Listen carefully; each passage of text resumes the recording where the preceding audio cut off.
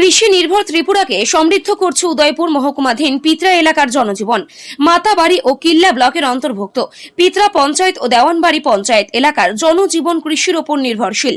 এখানকার 100% লোকের মধ্যে 70% লোকই কৃষির ওপর নির্ভরশীল। গোমতী নদীর পাড়েই ব্রিজ সংলগ্ন এলাকার বেশ বর্গ কিলোমিটার এলাকা জুড়ে রয়েছে কৃষি জমি। সেখানেই বছরের 2 ফসলি ফসল হয় বলে স্থানীয় কৃষকদের কাছ থেকে জানা যায়। তবে শুধু ধানি জমি নয়, সেই সঙ্গে রয়েছে মটর, লাউ, আলু, শসা, ক্ষীরা, তরমুজ ইত্যাদি নানান ফসলের চাষ করা হয় ওই এলাকায়। সেখানে দেখা গেল 8 থেকে 80 বছরের বিভিন্ন লোক এই পেশার সাথে যুক্ত রয়েছে। পেশাজীবী কৃষকরা নতুন প্রজন্মের কাছে দাবি রাখে এই কৃষিজ ফসল করেও সংসার প্রতিপালন করার মতো সামর্থ্য রয়েছে বর্তমানে। তবে এলাকাটিতে রাস্তাঘাটের উন্নয়ন থেকেও পানীয় জল সরবরাহ রয়েছে প্রতি ঘরে ঘরে। অর্থনৈতিক অবস্থা তেমন খারাপ নয় বলেও দাবি এলাকার মানুষের। স্থানীয় লোকজনদের কথা অনুযায়ী ওই গ্রাম এলাকার চিত্রটির দিকে লক্ষ্য করা গেলে দেখা যায় বহু মানুষ কিছু না কিছু করে নিজেকে স্বাবলম্বী করে তুলেছেন। তবে রাতে কৃষিজ ফসল নষ্ট করার অভিযোগ করে একাংশ কৃষকরা। রাতের আধারে চুরি হয়ে যায় বহু ফসল, কিন্তু পুলিশ পাহারাদার থাকা সত্ত্বেও তাদের কোনো উদ্যোগী ভূমিকা নেই বলে দাবি স্থানীয় লোকজনদের। কৃষিকে উন্নয়ন করার জন্য সরকার থেকে প্রয়োজনীয় জিনিসপত্র সহকারে কৃষিজ যন্ত্রপাতি সরঞ্জামও দেওয়া হয় বলে জানান কৃষকরা। সেই দিকে লক্ষ্য রেখে এবং কৃষি দপ্তরের ইতিবাচক ভূমিকায় উদ্যোগী কৃষকরা ভালোই লাভের মুখ দেখছে বলে সাংবাদিকদের সামনে নিজেদের অভিমত প্রকাশ করেন। কৃষকরা জানান তাদের এই কৃষিজ ফসল উদয়পুর মহকুমার বিভিন্ন বাজারে সরবরাহ করা হয়। এখান থেকে রাজ্যের বিভিন্ন জেলা ও মহকুমা স্তরের বাজারগুলিতেও প্রেরণ করা হয় এই এলাকার ফসল। ব্যুরো রিপোর্ট, দিনাত, স্টার নিউজ।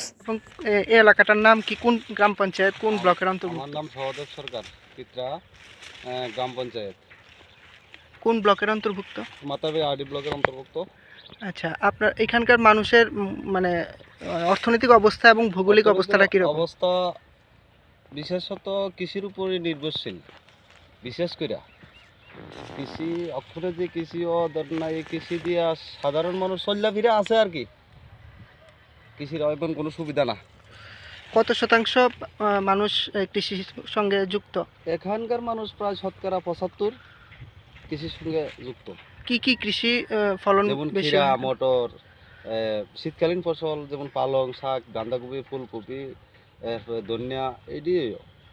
আর গরমকালে যেমন মরিচ, ঝিঙ্গা, লাউ, এই ধরনের ফসল হয়ে যায়।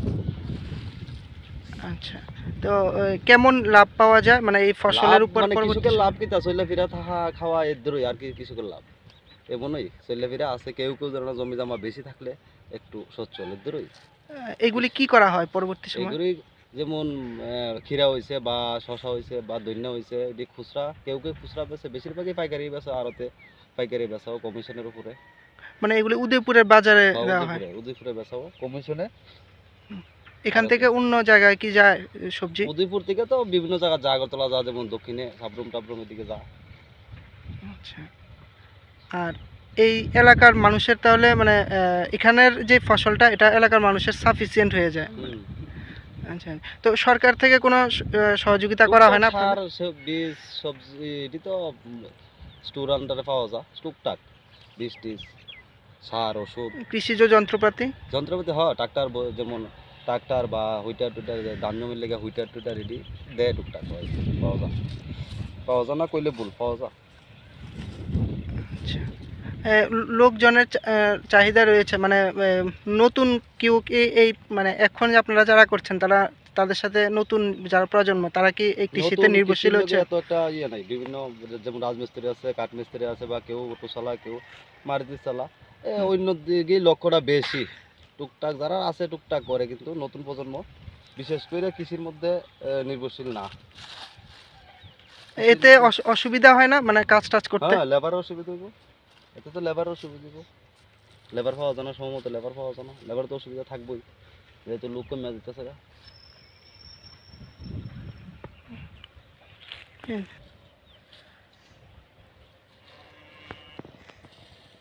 পথে বুঝছেন নাম নেই, এটা শেষের শেষ তো।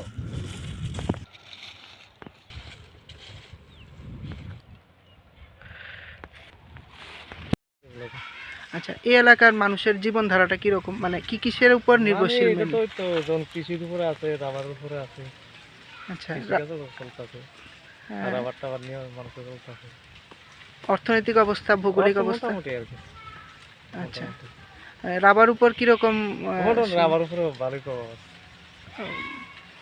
মানে মানুষ কত পার্সেন্ট রাবারের উপর মানুষ নির্ভর এলাকা? মোটামুটি তো মনে করেন 50%। রাবার মোটামুটি 50%। রাবার ছাড়া কি তারা অন্য কোনো কিছুর সাথে যুক্ত না? রাবার, অন্য কাজ করে, মানে আচ্ছা, রাবারটা তো সকালবেলা শেষ, আচ্ছা। ধরুন না 10টা 11টা মতো বেশি আছে। এখানে কি বাগান, রাবার বাগান কি এখানেই আছে না অন্য? কাছে আছে, অন্যদিকে আছে, একটু দূরেও আছে, আচ্ছা, আর কাছাকাছি এটা তো আছে। এই রাবারটা কোন জায়গায় যায় বা আপনাদের এই রাবারগুলো? আমরা তো টাউনে জায়গা, হুম, কিন্তু তারা পাইকারি কিছু নিতেছে, আচ্ছা, বা লোকাল তারা আবার টাউনে নিয়ে গেছে। আচ্ছা। এখান থেকে মানে ত্রিপুরার বাইরেও যায় নাকি? মানে হয় এই তারা রাবার? তো ওইটা পরে ফাটাবে, ফাটাবে। রাবারের জন্য যে রকম সরঞ্জাম সমস্ত কিছু কি আপনাদের কাছে আছে কাজ টাজ করে? তো মেশিন আছে, আচ্ছা, মেশিনটা চার সিট বানালে তো আপনার এই কাঁচের দ্বারে মেশিন বয়ে রাখছে তারা, মানে তাদের এরিয়া বুঝে বয়ে রাখছে আর কি।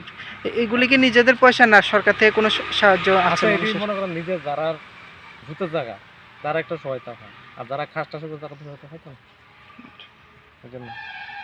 আর যারা আছে তারা খাইতে। হুম, ঠিক আছে, ধন্যবাদ।